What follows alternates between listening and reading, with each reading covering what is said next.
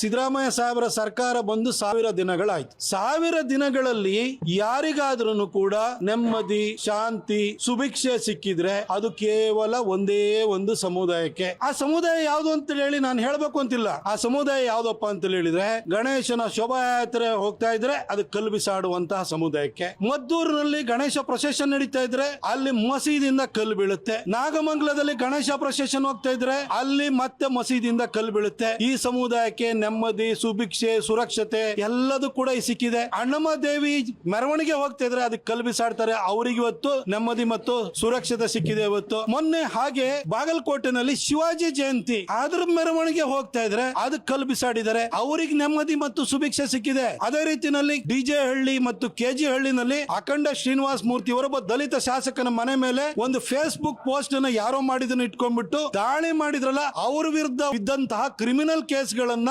ವಾಪಸ್ ತೆಗೆದುಕೊಂಡು ಆ ಸಮುದಾಯಕ್ಕೆ ಶಾಂತಿ ನೆಮ್ಮದಿಯನ್ನ ಸಿದ್ದರಾಮಯ್ಯನವರು ಕೊಡ್ತಾ ಇದ್ದಾರೆ. ಹುಬ್ಬಳ್ಳಿನಲ್ಲಿ ಪೊಲೀಸ್ ಜೀಪ್ ನ ಜಖಂ ಮಾಡಿದಂತವ್ರು ಇದಾರಲ್ಲ, ಅವರಿಗೆ ಶಾಂತಿ ನೆಮ್ಮದಿ ಸಿಗ್ತಾ ಇದೆ. ಇವತ್ತು ನೋಡಿದ್ರೆ ಈ ಒಂದು ಸಿದ್ದರಾಮಯ್ಯನವರ 1000 ದಿನಗಳ ಅಧಿಕಾರದಲ್ಲಿ ಕಲ್ಲು ಬಿಸಾಡೋರಿಗೆ, ಅದು ಅಣ್ಣಮ್ಮನ ಜಾತ್ರೆ ಇರ್ಬೋದು, ಗಣೇಶ ಶೋಭಾಯಾತ್ರೆ ಇರ್ಬೋದು, ಶಿವಾಜಿ ಜಯಂತಿ ಮೇಲೆ ಕಲ್ಲು ಬಿಸಾಡೋರಿಗೆ ಅಷ್ಟೇನೆ ಶಾಂತಿ ನೆಮ್ಮದಿ ಸಿಗ್ತಾ ಇರೋದು. ಅವರಿಗೆ ಅಷ್ಟೇನೆ ಸಾಲ ಕೊಟ್ಟಿದ್ರ ಮೇಲೆ ಬಡ್ಡಿ ಮನ್ನಾ ಆಗ್ತಾ ಇದೆ. ಇನ್ಯಾರಿಗೂ ಏನು ಸಿಕ್ಲಿಲ್ಲ. ನಾನು ಹಿಂದೂಗಳಿಗೆ ಮನವಿ ಮಾಡ್ಕೊಳ್ತೀನಿ, ಈ 1000 ದಿನದಲ್ಲಿ ಯಾವ ಸಮುದಾಯಕ್ಕೆ ನ್ಯಾಯ ಸಿಕ್ಕಿದೆ ಅಂತ ನಿಮಗೆ ಗೊತ್ತಿದೆ. ಈ ಸಿದ್ದರಾಮಯ್ಯನವರು ಇದೇ ತರ ಮುಂದುವರಿಯಕ್ ಬಿಟ್ರೆ ಇವತ್ತು ಗಣೇಶನ ಶೋಭಾಯಾತ್ರೆ ಮೇಲೆ ಕಲ್ಲು ಬಿಸಾಡ್ತಾ ಇದ್ದಾರೆ, ಶಿವಾಜಿ ಜಯಂತಿ ಮೇಲೆ ಕಲ್ಲು ಬಿಸಾಡ್ತಾ ಇದ್ದಾರೆ, ಹಾಗೆ ಅಣ್ಣಮ್ಮನ ಮೆರವಣಿಗೆ ಮೇಲೆ ಕಲ್ಲು ಬಿಸಾಡ್ತಾ ಇದ್ದಾರೆ. ನಾಳೆ ಬೆಳಗ್ಗೆ ಇದೇ ತರ ಮುಂದುವರಿತು ಅಂತ ಹೇಳಿದ್ರೆ ನಿಮ್ಮ ಮದುವೆ ಮಂಟಪದ ಮೇಲೂ ಕಲ್ಲು ಬಿಸಾಡುತ್ತೆ. ನಾವು ಸತ್ತಾದ್ಮೇಲೆ ಶವಯಾತ್ರೆ ಕೈಗೊಳ್ತೀವಿ, ಅದ್ರ ಮೇಲೂ ಕಲ್ಲು ಬೀಳುತ್ತೆ. ಇದನ್ನ ಎಚ್ಚೆತ್ಕೊಳ್ಬೇಕು ಅಂತ ನಾನು ಹಿಂದೂಗಳಲ್ಲೂ ಕೂಡ ನಾನು ಕೇಳ್ಕೊಳ್ತೀನಿ. ನಿಮ್ಮನ್ನ ಹತ್ತಿಕ್ಕೋದಕ್ಕೋಸ್ಕರ ಏನು ಕಮ್ಯುನಲ್ ವೈಲೆನ್ಸ್ ಅದು ಇದು ಅಂತ ಹೇಳ್ಬಿಟ್ಟು, ಪ್ರಚೋದನಾ ಭಾಷಣ ಅಂತ ಹೇಳ್ಬಿಟ್ಟು ಇವತ್ತು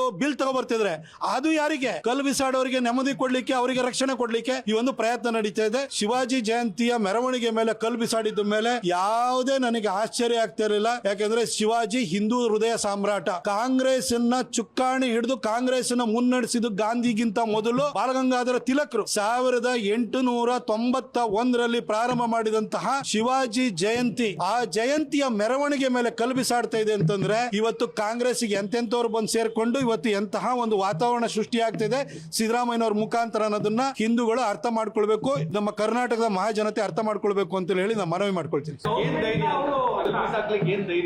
ನೋಡಿ, ನಮ್ಮ ಸಿದ್ದರಾಮಣ್ಣ ಇವರು ಸಿದ್ದರಾಮಯ್ಯನ ಹುಂಡಿಲಲ್ಲಿ ಹುಟ್ಟಾರೋ, ಆದ್ರೆ ಯಾವ್ದೋ ಮೌಲದಲ್ಲಿ ಹುಟ್ಟಾರೋ, ಈ ತರ ವರ್ತನೆ ಆ ತರ ಕಾಣಿಸ್ತಾ ಇದೆ ನಮ್ಗೆ. ಇವರು ಶಿವಾಜಿನಗರ ಸಿದ್ದರಾಮಯ್ಯನೋ ಅಥವಾ ಸಿದ್ದರಾಮಯ್ಯ ಹುಂಡಿ ಸಿದ್ದರಾಮಯ್ಯ ಅಂತ ನಮಗೆ ಆಶ್ಚರ್ಯ ಆಗುತ್ತೆ. ಯಾಕೆಂದ್ರೆ ಕಲ್ಲು ಬಿಸಾಡೋರಿಗೆ ರಕ್ಷಣೆ, ನಮ್ನ ಏನೇ ಮಾಡಿದ್ರು, ನಮ್ದು ಏನೇ ಆಟ ಟೋಪಗಳು ಪುಂಡಾಟಿಕೆ ಮಾಡಿದ್ರು ಕೂಡ ನಮ್ಮ ರಕ್ಷಣೆಗೆ ಸಿದ್ದರಾಮಯ್ಯನವರು ಇದ್ದಾರೆ. ಅವ್ರಿಗೆ ಹಿಂದೂ ಹೆಸರಿದೆ ಅಷ್ಟೇನೆ, ಆದ್ರೆ ಅವರು ರಕ್ಷಣೆ ಕೊಡ್ತಾ ಇರುವಂತದ್ದು ಎಲ್ಲರಿಗೂ ಕೂಡ ಈ ತರ ಶಾಂತಿಗೆ ಭಂಗ ತರುವಂತರು ಕಲ್ಲು ಬಿಸಾಡೋರಿಗೆ ಕೊಡ್ತಾ ಇದ್ದಾರೆ. ಅಖಂಡ ಶ್ರೀನಿವಾಸ ಮೂರ್ತಿ ಅವರ ಮನೆಗೆ ನುಗ್ಗಿದವರಿಗೆ, ಅವ್ರ ಮನೆಯನ್ನ ಸುಟ್ಟಾಕಿದವರ ವಿರುದ್ಧದ ಕೇಸ್ಗಳನ್ನ ವಾಪಸ್ ತೆಗೆದುಕೊಳ್ತಾರೆ. ಪೊಲೀಸ್ ಜೀಪ್ ನ ಜಖಂ ಮಾಡಿದವರ ವಿರುದ್ಧ ಕೇಸನ್ನು ವಾಪಸ್ ತೆಗೆದುಕೊಳ್ತಾರೆ. ಈ ಹಿಂದೆ 2015ರಲ್ಲಿ ಅವರು ಮೊದಲನೇ ಸಾರಿ ಮುಖ್ಯಮಂತ್ರಿ ಆಗಿದ್ದಾಗ SDPI KFD ವಿರುದ್ಧ ಇದ್ದಂತ 175 ಕ್ರಿಮಿನಲ್ ಪ್ರಕರಣಗಳು, 1600 KFD ಪುಂಡರ ವಿರುದ್ಧ ಇದ್ದಂತ ಪ್ರಕರಣಗಳನ್ನು ವಾಪಸ್ ತೆಗೆದುಕೊಳ್ತಾರೆ. ಅಂದ್ರೆ ನಮ್ಮವನೇ ಮುಖ್ಯಮಂತ್ರಿ ಇದ್ದಾನೆ, ನಮ್ಗೆ ಯಾವ ಚಿಂತೆ, ನೋಡ್ಕೋತಾರೆ ಅಂತ ಹೇಳ್ಬಿಟ್ಟು ಧೈರ್ಯ ಬಂದಿದೆ. ಹಾಗಾಗಿ ಕಲ್ಲು ಬಿಸಾಡ್ತಾ ಇದ್ದಾರೆ.